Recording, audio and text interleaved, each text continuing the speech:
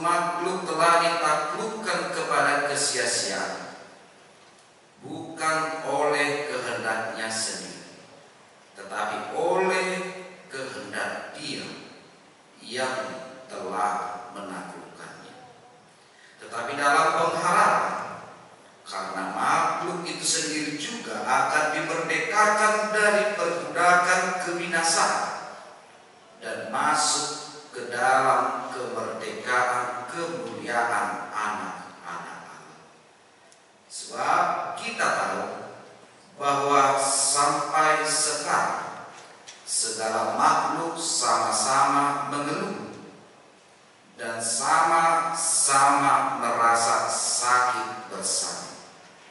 Dan bukan hanya mereka saja, tetapi kita yang telah menerima karunia sulung roh, kita juga mengeluh dalam hati kita sambil menantikan pengangkatan sebagai anak, yaitu pembebasan tubuh kita.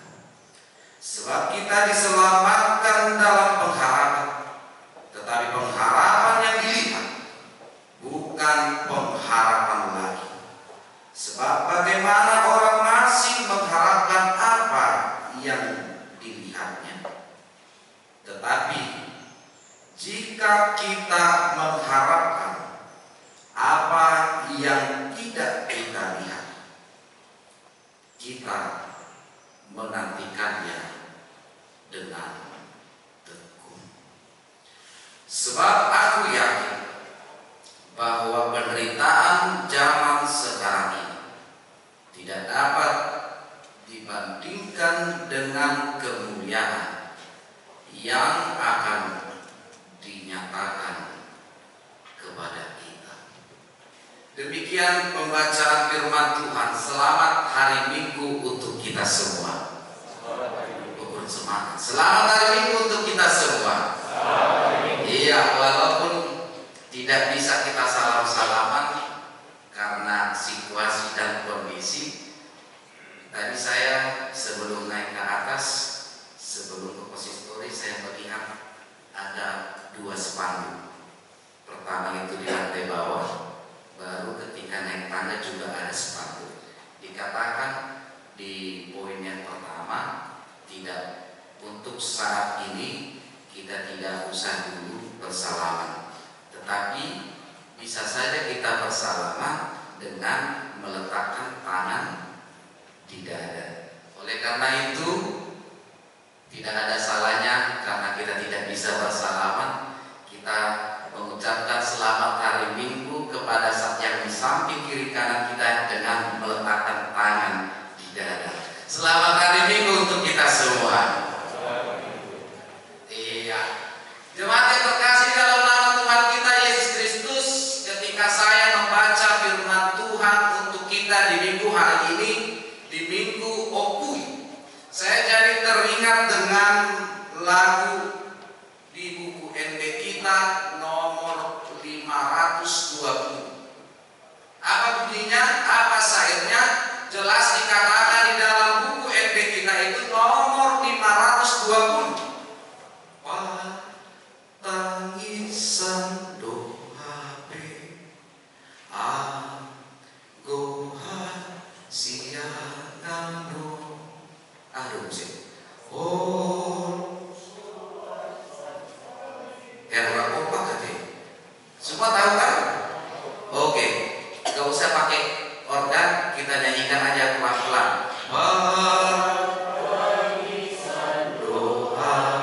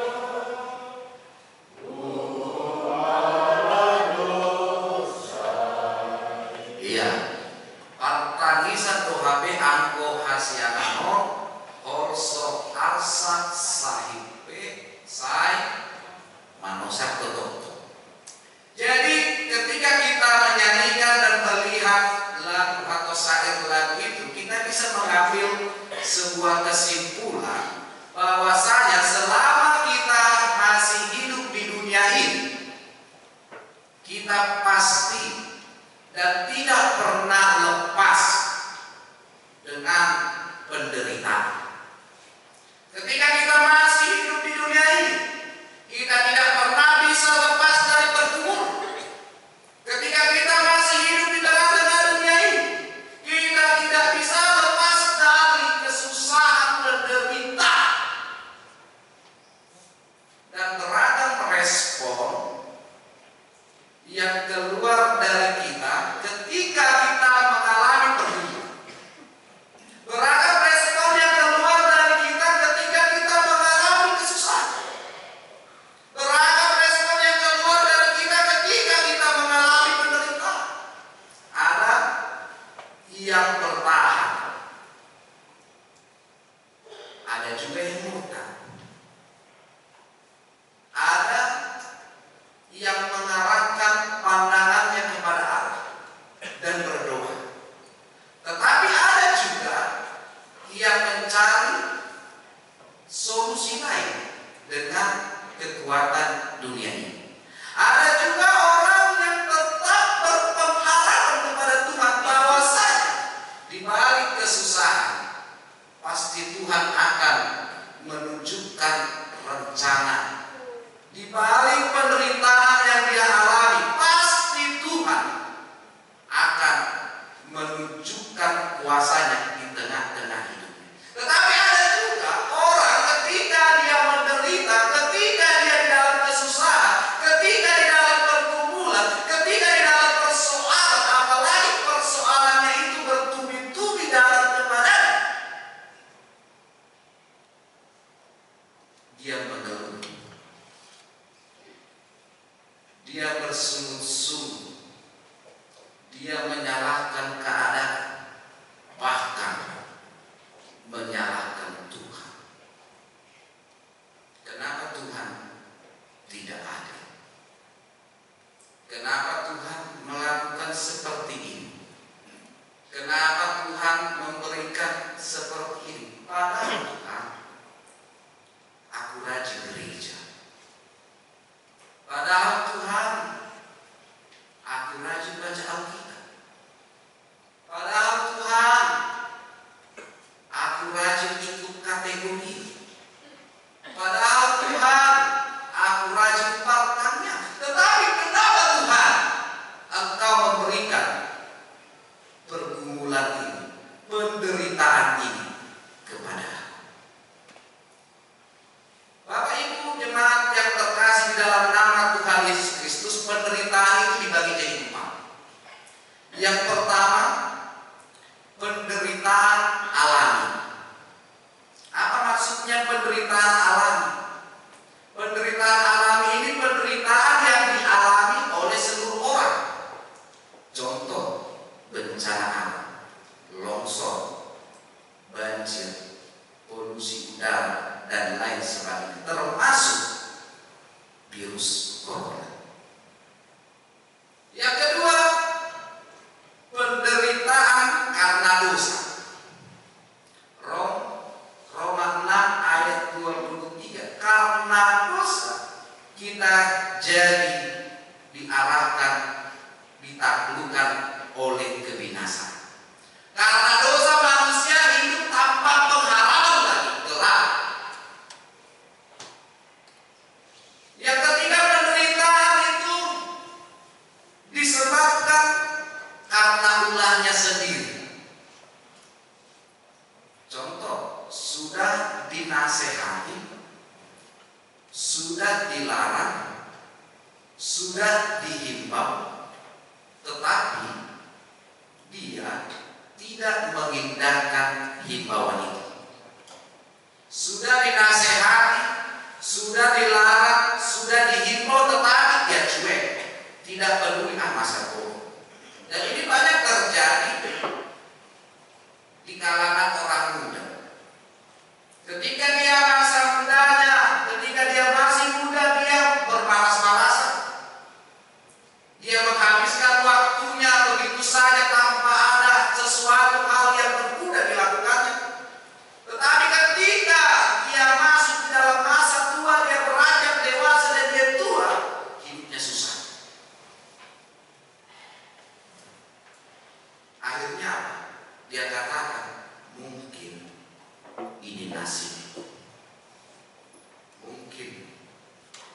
kasih. Yang keempat, penderitaan karena iman. Jadi kalau dikatakan penderitaan karena iman, penderitaan ini berasal dari dunia yang membenci Kristus. Dan penderitaan karena iman inilah yang dimaksud kedua nats kita pada pagi hari ini di Minggu Okuli, baik itu di epistel Mazmur 25 maupun di nats khotbah kita pada pagi hari. Jika kita tadi mengikuti epistel kita, jika kemarin kita mengikuti pertanyaan, jelas dikatakan di dalam nats epistel kita tadi Mazmur 25, di mana Daud dibenci, di mana Daud dimusuhi, di mana Daud dikucilkan, bahkan dikatakan di dalam nats epistel itu Daud, kebencian para musuh-musuhnya kepada Daud begitu sangat amat mendalam. Bahkan kebencian itu digambarkan oleh Daud dengan istilah jaring. Mereka berusaha menangkap, mereka berusaha menjebak, mereka berusaha mencari-cari kesalahan si Daud, dan bahkan mereka berusaha untuk menghabisi Daud. Akhirnya apa?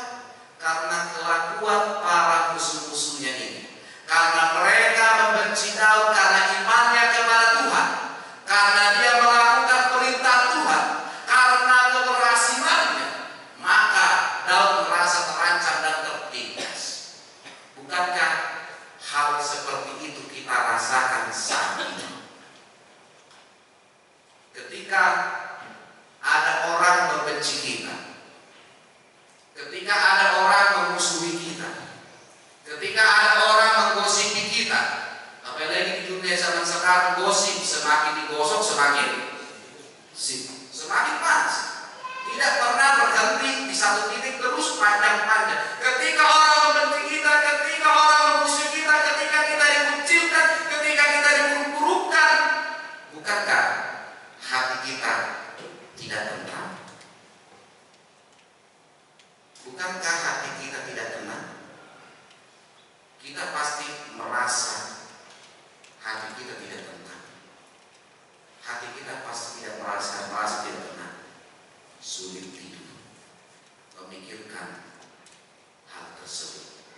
Itulah makanya ada yang ungkapan mengatakan satu orang musuh terlalu banyak, tetapi 1000 teman terasa lebih sedikit. Maksudnya apa? Di dalam dunia ini perbanyaklah teman, perbanyaklah sahabat. Karena apa? Karena memiliki satu musuh saja, hidup kita tidak akan tenang. Begitu juga yang terjadi di nats khotbah kita pada pagi hari ini. Dengan kehadiran jemaat mula-mula di Roma, banyak yang merasa tidak suka, banyak yang merasa risih, banyak yang tidak mengingini kehadiran mereka di tengah-tengah negara itu, di tengah-tengah kota itu, sehingga apa yang terjadi? Mereka ditangkap, mereka dijebak, banyak orang yang berusaha untuk mencari-cari kesalahannya, bahkan berusaha untuk menghabisi nyawa mereka satu-satu.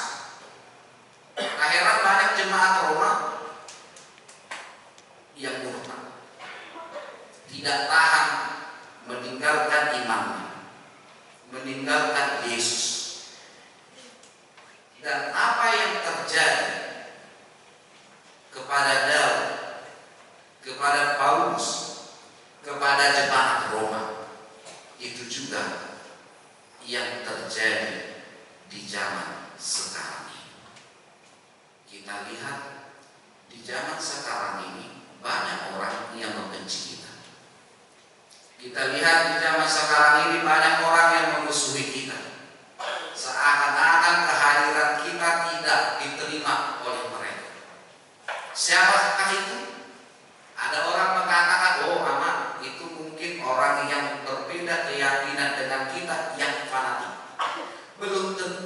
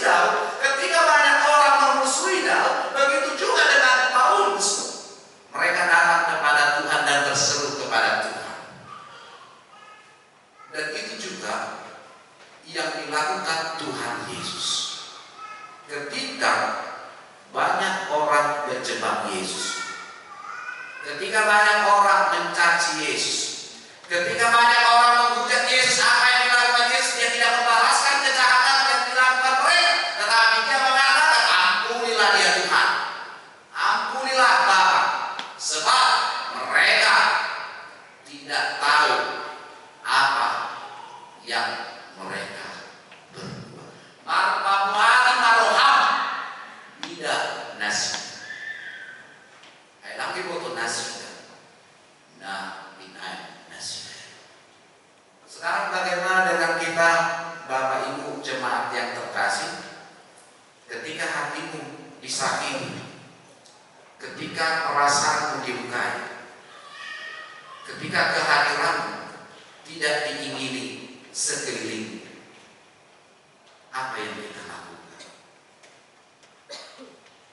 Jika melihat realita di zaman sekarang, orang percaya, dia mengaku dirinya percaya, tetapi percayanya hanya di kata-kata, tidak diperbuat.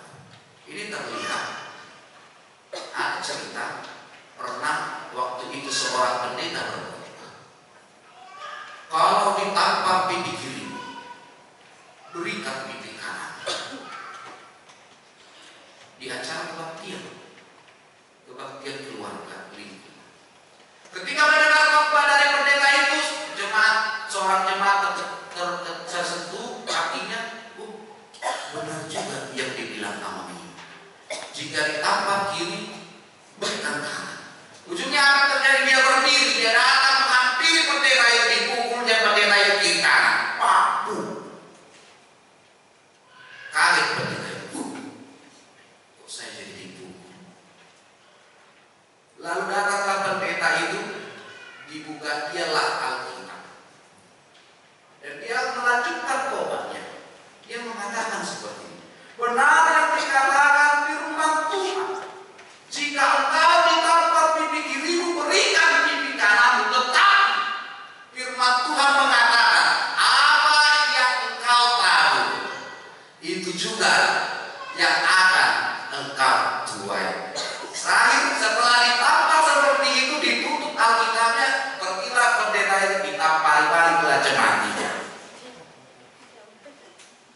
Apa yang mau dikatakan dari cerita itu? Begitulah kelakuan orang percaya di zaman sekarang. Itu benar ente tentang lawas atau satu kali kau sakiti hatiku, masih kumaafkan. Siapa tiba sini?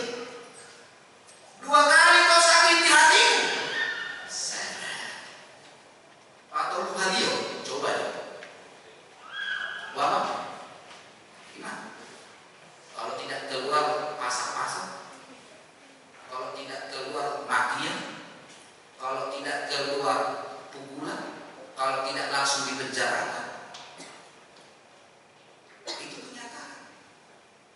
Jadi renungan untuk kita pada pagi hari ini, kalau engkau mengaku bahwa dirimu adalah pengikut Kristus, kalau engkau mengaku dirimu adalah orang percaya, Roma 12 ayat 17, jangan balaskan kejahatan dengan kejahatan. Lakukanlah apa yang baik bagi semua orang. Berbuatlah itu bukan untuk manusia, tetapi untuk Tuhan. Itu yang pertama. Yang kedua, dikatakan di dalam nas ini, ketika kita menghadapi penderitaan dalam hidup ini, bertahanlah dalam kesesatan. Apa gunanya? Apa manfaatnya? Apa artinya penderitaan? Tentu masing-masing kita bergumul di dalam hidup ini. Dan pergumulan yang kita rasakan, yang kita alami, itu berbeda-beda. Ada yang bergumul belum diberikan Tuhan keturunan. Ada juga yang bergumul mengenai karirnya. Ada juga yang bergumul belum mendapatkan jodoh. Ada juga yang bergumul tentang menantunya, hewannya,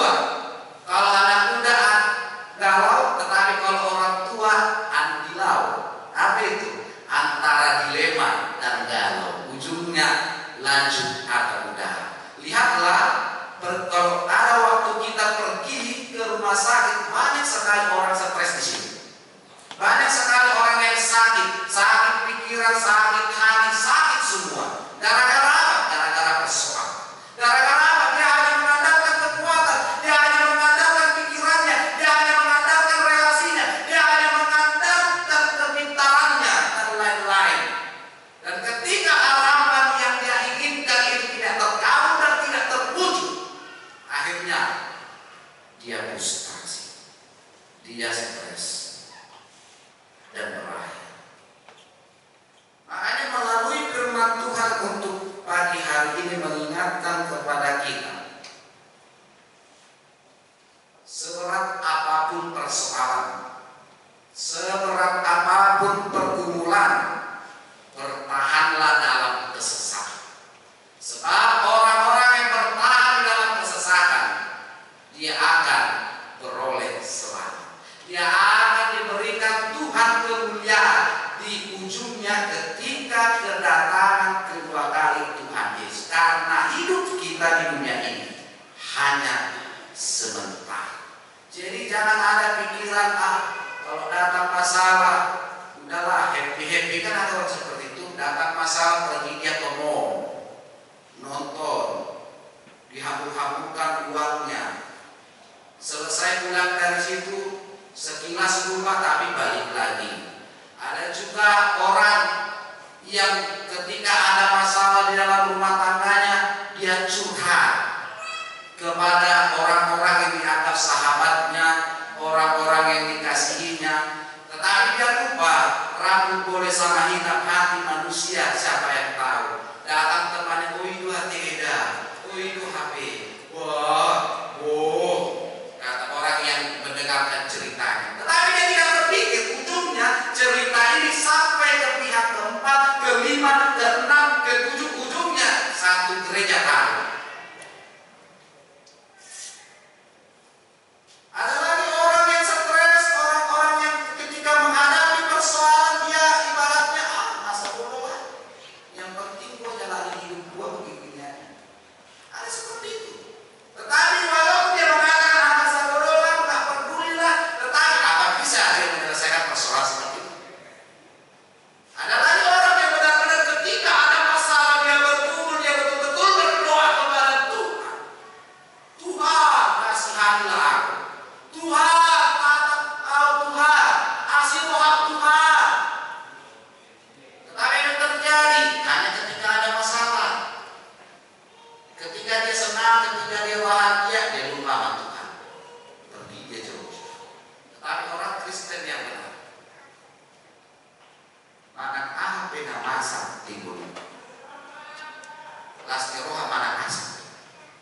Suka maupun duka, bahagia maupun meneteskan air mata, tetap berseru kepada Tuhan, tetap berpengharap, tetap teguh di dalam iman. Karena penderitaan yang kau hadapi saat ini tidak sebanding dengan penderitaan yang telah Yesus hadapi. Berbahagialah, bersukacitalah ketika engkau menghadapi persoalan. Berbahagialah, bersukacitalah ketika engkau menghadapi penderitaan. Karena itu dari sana akan nampak, akan kelihatan kuasa Tuhan dinyatakan di dalam hidup. Amin. Selamat hari Minggu untuk kita semua. Kita berdoa. Terima kasih Tuhan atas firman-Mu di minggu hari ini, di minggu 25, di mana di dalam minggu hari ini Engkau mengajarkan kepada kami agar kami tetap mengarahkan pandangan kami hanya kepada-Mu. Dan di mana di dalam minggu hari ini Engkau juga mengajarkan kepada kami Tuhan, agar kami tetap berpengharapan di dalam hidup. Walaupun banyak sekali dan beragam persoalan yang datang silih berganti di dalam hidup kami, namun melalui penderitaan persoalan pergumulan itu, Engkau menyatakan kuasa-Mu di dalam hidup kami. Engkau tetap bersama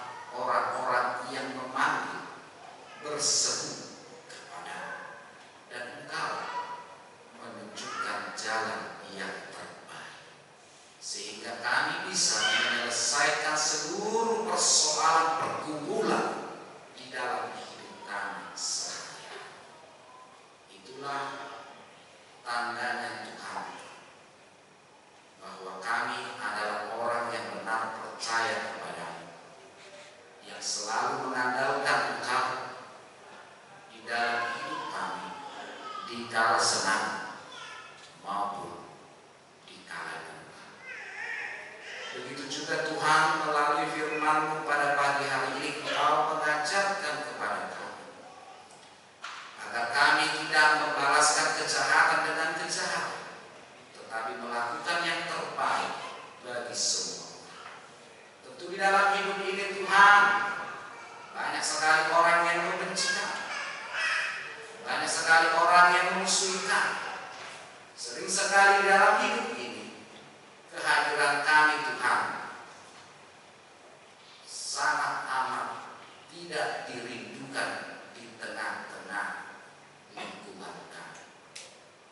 Namun firman-Mu mengatakan agar kami tidak membalaskan apa yang mereka perbuat, tetapi tetap menunjukkan kasih, melakukan yang terbaik bagi semua. Dan itu juga yang Engkau tunjukkan melalui anak-Mu Yesus Kristus Tuhan. Ketika Engkau dijebak, ketika banyak orang yang menghina, menghujat, Engkau tidak membalaskan apa yang mereka perbuat, tetapi Engkau menunjukkan kasih kepada mereka dengan mendoakan mereka dan mengampuni dosa-dosa mereka. Ajarlah kami Tuhan, agar kami bisa mewujudkan kasih-Mu di tengah-tengah dunia ini, melalui perkataan, melalui tingkah laku kami, agar kasih itu semakin nyata di tengah-tengah dunia ini. Engkaulah Tuhan yang kiranya bersama kami semua, mengurapi kami satu persatu, memberkati seluruh pekerjaan kami, apapun itu yang kami kerjakan dalam hidup kami sehari-hari. Berikan juga berkat-Mu yang cukup kepada kami, agar kami bisa mencukupkan diri kami, mencukupkan keluarga kami, menjadi berkat dan menjadi kemuliaan bagi nama. Berkati seluruh anak-anak kami yang belum sekolah, yang sudah sekolah, yang sudah bekerja. Berkati juga orang-orang yang menyayangi kami, berkati juga orang-orang yang membenci kami. Engkaulah kiranya Tuhan yang beserta kami semua kemanapun kami melangkah. Kami serahkan seluruh hidup kami, harapan kami, pergumulan kami ke dalam tangan pengasihan, program gereja dan seluruh hamba-hamba-Mu yang melayani di resort Serpong ini. Karena kami yakin dan percaya rancangan-Mu adalah rancangan damai sejahtera, bukan rancangan kecelakaan yang Engkau berikan kepada kami orang-orang yang percaya kepada-Mu. Jadilah